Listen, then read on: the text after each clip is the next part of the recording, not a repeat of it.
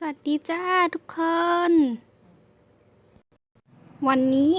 เราจะมาแกล้งซินดี้กัน แล้วเราก็มีผู้สมรู้ร่วมคิดด้วยนะ นี่ไงผู้สมรู้ร่วมคิดของเราสิแน่ซิน เฮ้ยซินดี้กำลังมาแล้วหนีแล้วใครก็ได้บอกฉันทีว่าฉันมาทัน ทุกคนหายไปไหนหมด ทุกคนสงสัยคงจะมาสายเจ้าคนนี้จริงๆเลยเรียกฉันเหรอนั่นฟังว่าก็ไม่มีใครนี่หว่าสงสัยพี่เตงมั้งไปดีกว่า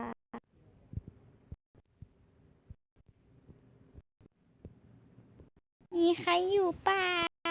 ตรงนั้นมันอะไรสีดำวะเข้าไปดูหน่อยดีกว่า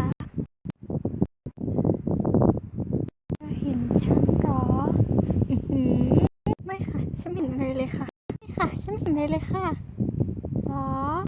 เราท่าแบบนี้ล่ะใกล้กว่าเดิมอีกไว้เจอกันใหม่ชาติหน้านะคะรอดแล้วตู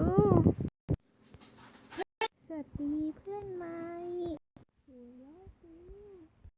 จะไปไหนหรออยู่เฉยทำไมครับวิ่งทีครับไม่ได้การละนี่ต้องคิดท่าไม่ตายไหนตุ้งตุ้งตุ้งไม่ถึงรู้สึกคุ้นๆนะ